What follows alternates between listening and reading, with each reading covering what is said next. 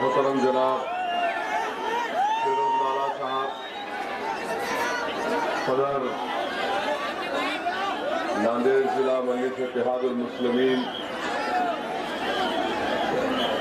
मेरे भाई जनाब याशपाल साहब, उम्मीदवार नांदेड़ पार्लिमानी हल्का,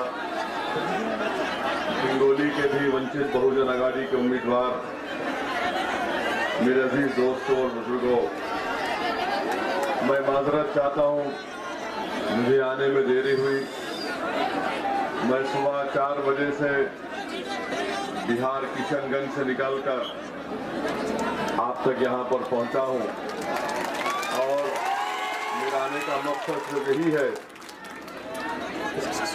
मेरे आने का मकसद सिर्फ यही है कि इस पार्लिमानी चुनाव में हम नहीं चाहते कि हिंदुस्तान में बाबा साहिब अम्बेडकर के संविधान को बचाने के लिए बहुत जरूरी है कि हम ना नरेंद्र मोदी को प्राइम मिनिस्टर बनने दें, ना कांग्रेस को प्राइम मिनिस्टर का ओहदा मिलने दें।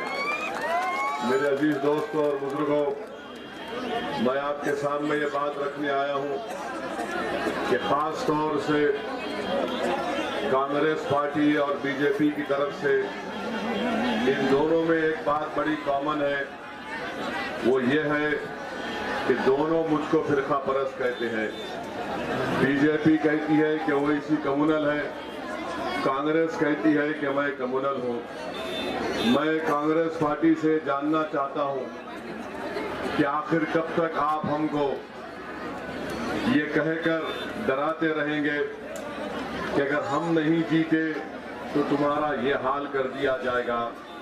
मेरा रास सवाल अशोक राव चौहान से है कि जब बाला साहब आपसे मिलने के लिए मैं इसी नांदेड़ में खड़े होकर आपसे कहा था कि हम तैयार हैं, आप बाला साहब को, मेरे भाई बड़े भाई प्रकाश अंबेडकर साहब को आप उनकी इज्जत और मुकाम से सीट दे दो, मगर ये अशोक राव चौहान और कांग्रेस पार्टी उनसे मिलने के लिए भी तैयार नहीं थी। और बाला साहब से मुलाकात करने के लिए किसको भिजाते हैं, किसको भिजाते हैं मालूम आपको?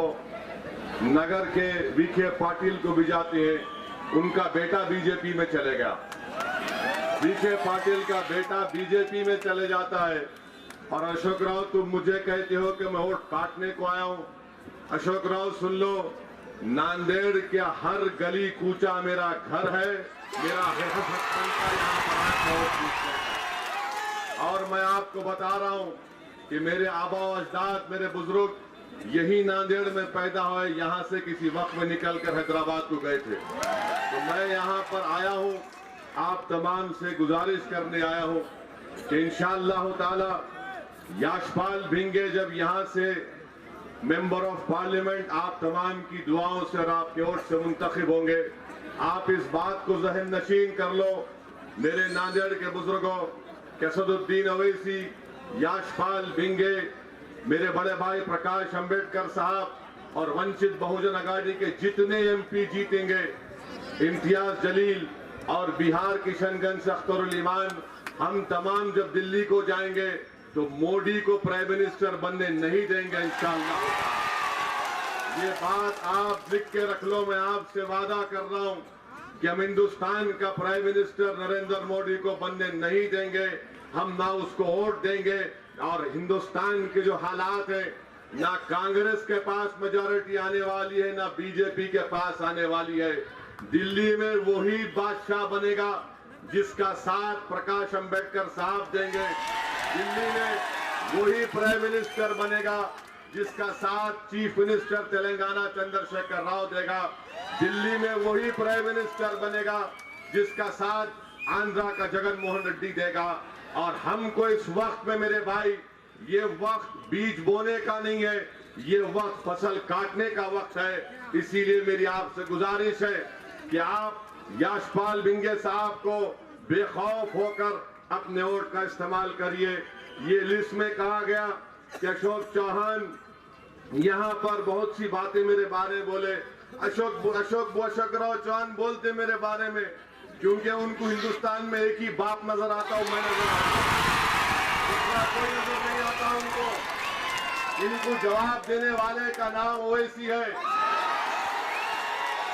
अशोक राव चौहान को, कांग्रेस पार्टी को हर चीज मुझ में बुरी लगती, हर चीज मुझ में बुरी लगती। अच्छा है क्योंकि मैं तुम्हारे साथ ठहर कर अपने आप को बुरा नहीं कर सकता। हिंदुस्तान की हकीकत सुनो नांदेड़ के लोगों, आज ये लोग बड़ी बड़ी बातें करते हैं, मगर अगर आप स्ट्रक्चर कमेटी पढ़ेंगे, मिश्रा कमीशन पढ़ेंगे, कुंडू कमेटी पढ़ेंगे, महमूदुर रहमान कमेटी पढ़ेंगे, हिंदुस्तान में जितने फसादात हुए पढ़ेंगे, श्री कृष्णा कमीशन की रिपोर्ट पढ़ेंगे, तो मैं पूछना चाहता हूं अशोक राव चौहान से, बताओ 6 दिसंबर 92 को दिल्ली में किसकी सरकार थी? दिल्ली में किसका होम मिनिस्टर था? मेरा होम मिनिस्टर था या तुम्हारी पार्टी का होम मिनिस्टर था? दिल्ली में तुम्हारा प्राइम मिनिस्टर था या मेरा प्राइम मिनिस्टर था? जब बंबई की सड़कों पर मासूम इंसानियत का कत्लेआम हो रहा था, श्री कृष्णा कमीशन की रिपोर्ट, ये तुम्हारा कांग्रेस का वो दुमछल्ला एमएलए आरिफ नसीम, उसने गया था कोर्ट को, वो कोर्ट को गया था कि श्री कृष्णा कमीशन की रिपोर्ट क्या होगा। श्री कृष्णा कमीशन की रिपोर्ट का आज अशोक राव आकर डरा रहे। अरे याद रखो, मुस्लिम अकलियत हो या दलित हो या गरीब हो या दंगर समाज के लोग हो, ये तमाम गरीबों से, हिंदुस्तानियों से अपील कर रहा हूं, इस इलेक्शन में आपको ना मोदी से डरना है, ना अशोक राव से डरना है, ना अमित शाह से डरना है, ना आरएसएस से डरना है। आपको उम्मीद के साथ अपने वोट का इस्तेमाल करो। मैं आपसे गुजारिश करने आया हूं, ये डर डर कर कब तक जिएंगे आप? हिंदुस्तान में अब तक 16 पार्लियामेंट के इलेक्शन हो गए। जब कभी इलेक्शन होता, हमारे बुजुर्गों के पास आकर बोलते, देखो हजरत, जिंदगी मौत का मामला है, सेकुलरिज्म को बचाना है, गंगा जमुनी तहजीब को मजबूत करना है, अगर आप नहीं करेंगे तो आप मर जाएंगे, आपकी मस्जिद पे हमला हो जाएगा, दलितों को नुकसान हो जाएगा। अरे जो हमको ये कहकर हमारा वोट हासिल किए, तुम ये तो बता दो कि सिर्फ इलेक्शन के वक्त हमारी जिंदगी और मौत तुमको याद आती, और उसके बाद हम रोज मरते हैं, रोज मरते हैं। इखलाक मर गया, पीलू खान मर गया, रकबर खान मर गया, और मध्य प्रदेश में कांग्रेस की सरकार है ना अशोक राव, वहां पर 3 बच्चों के ऊपर गायकशी के इल्जाम में उन पर मुकदमा आयद किया गया। मगर मुकदमा आयद हुआ ठीक है, उन पर एनएसए क्यों लगाया गया, नेशनल सिक्योरिटी एक्ट लगाया गया? इसका जिम्मेदार कौन है? जब मैंने इसकी आवाज उठाई तो कांग्रेस के बड़े बड़े लीडरों ने मीडिया में जाकर कहा, मिस्टर ओवैसी हम ऐसा ही करेंगे। मैंने उनसे पूछा, बताओ तुम में और बीजेपी की साबिका सरकार में क्या फर्क है? तो कहा फर्क इतना ही है कि जब गाय का मामला आएगा हम एनएसए लगा देंगे। बताओ आप क्या फर्क है इन दोनों में, मेरे अजीज दोस्तों और बुजुर्गों। और फिर एक और बात ये कहती है कि इनकी लंबी लिस्ट है, इनका लव लेटर है, किन किन का जवाब देंगे। अरे अरे तुम्हारे साथी, ये कौन सी मस्जिद, ये कौन सी मस्जिद में कांग्रेस का प्रचार? हाँ, शौरी की मस्जिद में कांग्रेस का प्रचार। अच्छा, कलमा पढ़ लेना था कि मैं आपको दावत दे रहा हूं, हमारी मस्जिद में भी आ गए। चलो अब जरा नमाज पढ़ना सिखा दो तुम्हारे द्वारा। यही है मेरे भाई, यही धोखा देते हैं लोग। रमजान आ गया तो 14 घंटे हम भूखे रहते, ये कांग्रेस के बीजेपी के आके हमारे को बोलते, हम इंतजार करते, दुआ करते, चलो रोजा खत्म हो रहा, दुआ करो, जल्दी खजूर खाऊंगा, पानी पीऊंगा। अशोक राव के बोलते, मेरे को पहले खजूर खिला, हम रोजा रहेंगे, तुम्हारे को खजूर खिलाना। मस्जिद मुसलमानों की दुआ तुम्हारे वास्ते होना, हमारे वास्ते नहीं होना। कब तक चलेगा मेरे भाई? ये बदलो इस रविश को, बदलो इस तरीके को। वो जमाना बदल गया, याद रखो। नौजवानों, मैं तुमसे कह रहा हूं, मुस्तकबिल तुम्हारा है। ये डर डर के जीना हमको नहीं आता। मरना तो एक दिन है, सब मरेंगे इंशाअल्लाह ताला, कोई जिंदा नहीं रहने वाला है। मोदी भी जाएगा, ओवैसी भी जाएगा, अशोक राव भी जाएंगे, सब जाएंगे, मगर दुनिया में आए तो याद रखो मौत एक बार आने वाली है। और धनगर समाज से हमारे यशपाल भिंगे साहब हैं, मेहनत कर रहे हैं। अगर नांदेड़ की पार्लियामेंट की सीट से आपको बीजेपी को रोकना है, मोदी को प्राइम मिनिस्टर बनने से रोकना है, मैं जिम्मेदारी के साथ आपसे कह रहा हूं कि यशपाल भिंगे साहब को आप वोट देंगे तो यहां से नांदेड़ से हम बीजेपी को शिकस्त दे पाएंगे। मुकाबला यशपाल के और बीजेपी के दरमियान में है।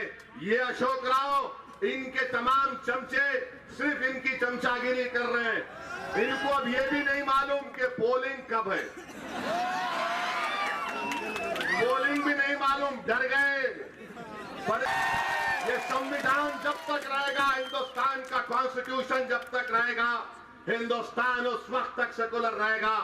कांग्रेस पार्टी वालों, ये डराना छोड़ो। मैं बल्दिया के इलेक्शन में मुझे कामयाबी नहीं मिली, उसकी अलग बात है, मगर मैं आपके इलाकों में पैदल दौरे किया, एक दिन नहीं 7-7, 8-8 दिन दौरे किया। इतनी गंदगी मैं वहां पर देखा। क्या आपको इलेक्शन आया तो मस्जिद याद आई और इलेक्शन खत्म हो गया तो मेरा मोहल्ला याद नहीं आता, मेरी गली याद नहीं आती, मेरे घर के सामने बहती हुई गंदगी याद नहीं आती, पीने के पानी का इंतजाम नहीं, मगर इलेक्शन आया तो फिर कहते हैं सेकुलरिज्म को बचाना है।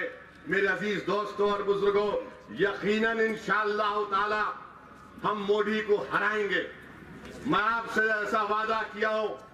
हैदराबाद में मोदी आए थे, बड़ी सवालिए, बहुत मुश्किल से लोग जमा हुए और अपनी तकरीर में फिर कह दिए MIM, ओवैसी, स्पीड ब्रेकर।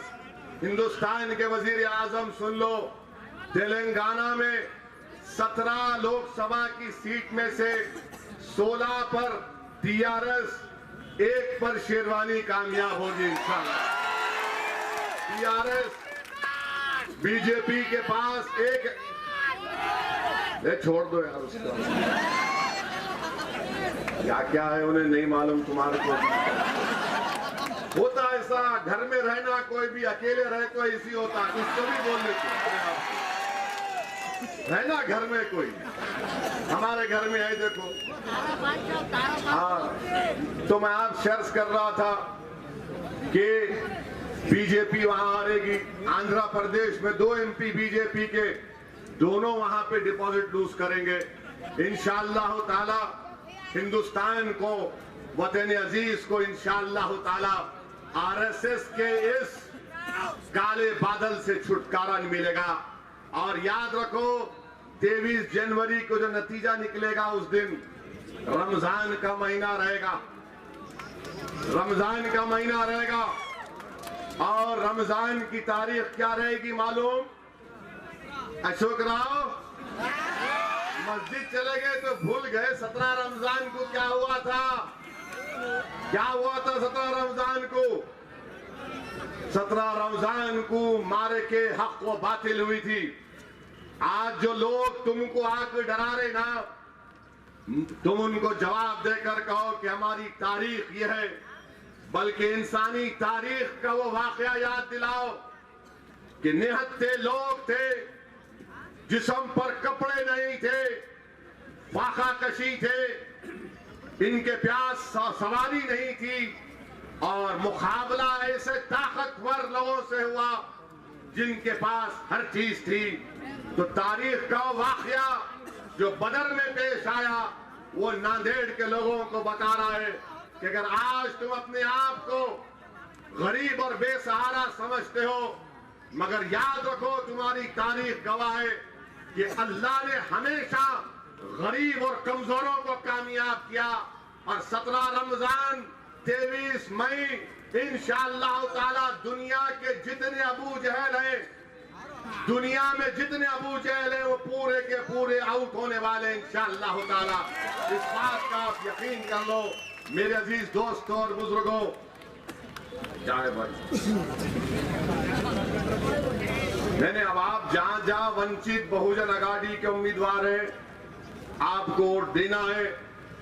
प्रकाश बाला साहब हमारे इंशाअल्लाह ताला हमारे बड़े भाई हैं। जब से प्रकाश अंबेडकर साहब के हम करीब हुए हैं, मोदी की जल रही, राहुल की जल रही, अशोक राहुल की जल रही, फडणवीस की जल रही, सबकी जल रही। हम बोले जलो जलो जलो। मेरे से मीडिया के लोग पूछते आप खुश क्यों हैं? मैं उनसे बोलता हूं बरसों पहले जो दो भाई बिछड़ गए थे वो आज मिले, इसलिए खुशी है। हम मिल लिए। और याद रखिए ये हमारा प्रकाश अंबेडकर साहब के साथ ये सफर सिर्फ पार्लियामेंट इलेक्शन तक नहीं है, ये आगे जाएगा महाराष्ट्र में भी बहुत आगे जाएगा, ये असेंबली इलेक्शन तक जाएगा। और मेरे भाई मुझे पूरा यकीन है कि यशपाल साहब तमाम नांदेड़ के राय दहिंदगान की वोट को हासिल करेंगे, हर बरादरी के हर कम्युनिटी के वोट हासिल करेंगे।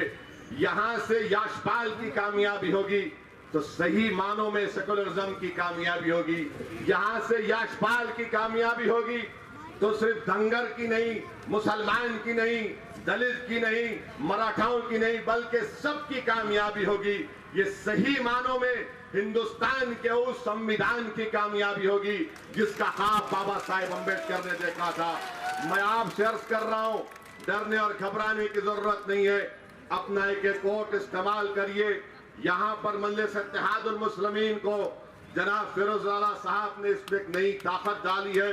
अल्हम्दुलिल्लाह मुझे पूरा यकीन है कि दोबारा हम अपना वो मुकाम यहाँ पर हासिल करेंगे। दिलों में आपकी जगह है वो बरकरार रहेगी।